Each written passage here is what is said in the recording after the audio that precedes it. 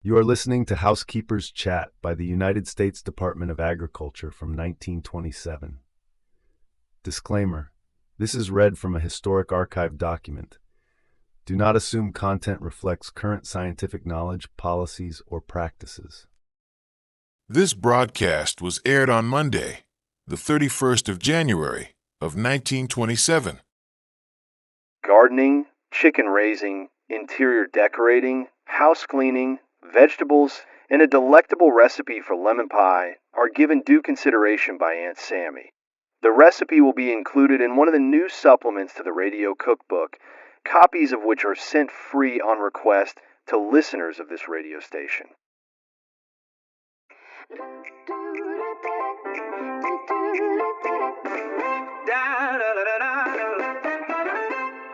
Welcome to the Homemaker Show, where useful tips and recipes flow from Aunt Sammy with love so true, and the Department of Agriculture too.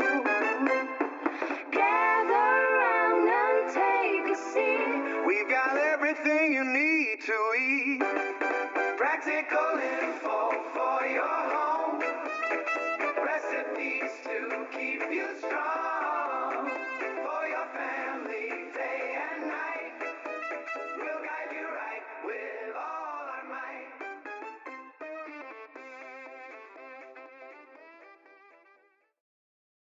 I tore off the January page of my calendar today and counted the holidays in February. Valentine's Day, Lincoln's birthday, and Washington's birthday. If I broadcast a great deal of practical information within the next few days, well-balanced meals and common-sense recipes, perhaps you'll let me plan a party luncheon for you next week. Nothing elaborate, you understand, but something attractive and out of the ordinary. However, it isn't yet time to be thinking about parties when I have so many questions to answer. Here are two left over from last week. First, is it all right to spade the home garden when the soil is wet? Better wait till the soil is not wet, especially if the land is heavy or composed of a clay soil. It should be in such condition that each spadeful will break up easily, making a mellow mass, which requires but little additional fining before planting. Second question, should the home gardener keep poultry? By all means, if he has the room and can keep the chickens out of the garden during the growing season. Poultry raising is a popular and also a profitable way of utilizing extra space in city and town backyards. In nearly every household, there are table scraps and material from the kitchen with feeding value, but which, if not used, find their way into the garbage pail. This waste material can be converted right back into wholesome and nutritious food through the backyard poultry route. By keeping a backyard flock, the family reduces the cost of living and is supplied with eggs and meat of a quality and freshness often difficult to obtain. The eggs are rich in vitamins. I do beg your pardon. You didn't ask me about vitamins today. If you are contemplating a backyard poultry flock and have never kept chickens before, write to the United States Department of Agriculture for the new bulletin on poultry keeping. This bulletin is number 1508. That's 1508. It is called Poultry Keeping in Backyards. Here's an interesting question. Please tell me what types of curtains are suitable for a boy's room and for a girl's room. Let's take the boy's room first. He wants something colorful, with simple lines.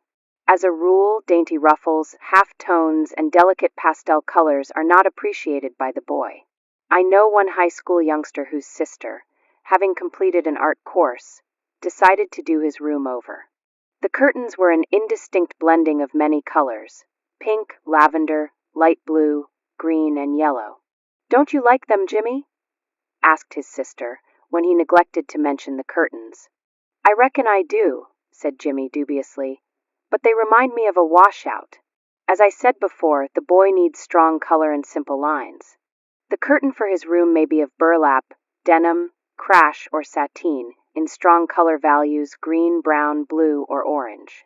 Curtains of these materials may be hung from a painted pole, without a valance, or that part of the window drapery which is placed across the top of the window. If cretonne is used for the boy's room, select strong, vigorous patterns. The young girl's room may be curtained with dainty, ruffly curtains of dyed cheesecloth, dotted Swiss, organdie, voile, marquisette, or net. If the woodwork of her room is white, she may want white curtains. Or she may prefer curtains which repeat the principal color note in the room. The materials I have mentioned may be used alone or with a valance and side draperies of cretonne, taffeta, poplin, or glazed chintz. Here's another interior decorating idea that I like. Did you ever make bedroom curtains by hanging 2 layers of organdie or voile of different colors over each other? For instance, a blue organdie, hung over a rose, makes the effect a beautiful mauve. Blue over yellow makes a green effect. Instead of making tiebacks of the curtain material itself, some people use big wooden beads, strung on colored cord. I know of one pretty bedroom which has a charming curtain arrangement, ruffled tieback curtains of dream-colored voile over a glazed chintz shade. The shade has a design in colors. Glazed chintz, figured, or plain red or blue, is often used for curtain shades. The material is a cotton fabric, starched and glazed. I hope I have given you enough information about curtaining the girl's room. Of course, if she is the athletic, out-of-doors type, she may prefer curtains like those in her brother's room. Strong colors, straight lines, and vigorous, definite patterns. After all, I can give you only suggestions. Next question. Please tell me how to care for upholstered and leather furniture. For upholstery, either a vacuum cleaner or a brush is a most effective tool. A soft brush is best for velvet and velour, a stiffer brush for tapestry and other strong, firm materials, and a pointed brush for tufted upholstery. If convenient, upholstered furniture should be taken out of doors occasionally and beaten with a flat carpet beater. If it's impossible to take the upholstered furniture outside, it may be cleaned indoors this way. Cover the furniture to be cleaned with a cloth which has been dipped in water and wrung as dry as possible. Then beat the furniture with a flat beater. The damp cloth takes up the dust. Leather furniture coverings look better and last longer if they're rubbed occasionally with castor oil. The use of castor oil or a commercial leather polish restores to the leather the oil that gradually dries out. The liquid should be well rubbed in and any excess wiped off the surface. Otherwise, this film of oil will collect and hold dirt, which will darken the leather and soil whatever touches it. You didn't ask me how to treat wicker furniture, but I'll tell you anyway. The crevices in wicker furniture are difficult to clean, but fortunately dirt doesn't cling to wicker as it does to upholstery. Brushing, followed by dusting, seems to be the best treatment for wicker furniture. Only one more question. And you stress the use of fresh vegetables and fruits in your meals, writes a listener, but these things are very expensive in my town this winter. Can you tell me what to use in salads besides lettuce? I know fresh fruits and vegetables are expensive in many parts of the country, but cabbage is available almost everywhere, and cabbage can be used in almost as many ways as can lettuce. If you depend on cabbage considerably for salads, make different salad dressings. I have here a copy of the monthly market review of fruits and vegetables, released in January, which contains some interesting information for housewives. Carlot supplies of fruits and vegetables are running 25% heavier than last season because of the increased production. Comparative increases appear in the staple fruits and vegetables and in many southern truck crops. This state of affairs seems likely to continue through winter and spring because of the larger acreage in so many lines, according to the market report. It also states that potatoes and sweet potatoes are about the same price as last month, that apples, onions, celery, and spinach are trending upward, and that cabbage and a few other vegetables incline slightly downward. I told you so. Looks as if I'd have to hunt up a cabbage recipe for tomorrow. Plenty of oranges and grapefruit, states the report. They're good in salads. Let's see, here's an encouraging item. Heavy planting of strawberries. And listen to this. Early sales of Florida strawberries in northern markets started at $2.75 per quart and declined rapidly to 75 cents. If strawberries continue declining at this rate, we may have strawberry shortcake before long. In the meantime, since citrus fruits are more reasonable than strawberries, let's have a recipe for lemon pie. This recipe is straight from the experimental kitchen of the Bureau of Home Economics. You will need 8 ingredients for the lemon pie filling. Ready! 8 ingredients. 1 cup cold water, 3/4 cup sugar, 3 tablespoons cornstarch, 3 egg yolks, 4 tablespoons lemon juice, grated rind of 1/2 lemon, 1 tablespoon butter, 3 egg whites and 3 tablespoons sugar.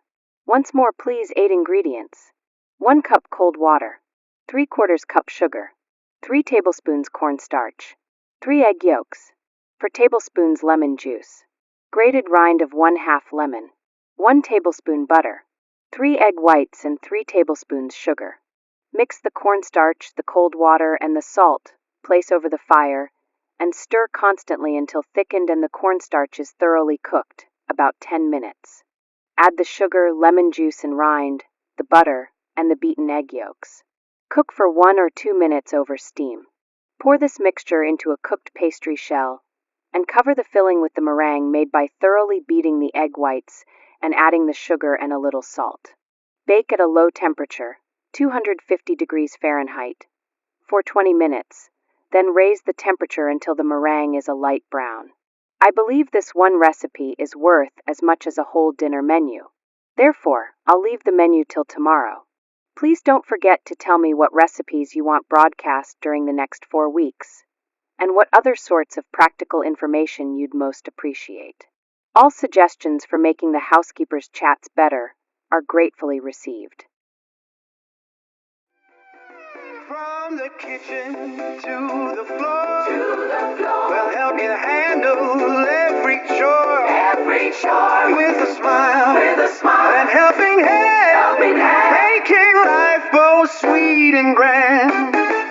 Gather round and take a seat. We've got everything you need to eat. Practical info for your home. Recipes to keep you strong. For your family, day and night. We'll guide you right with all our might.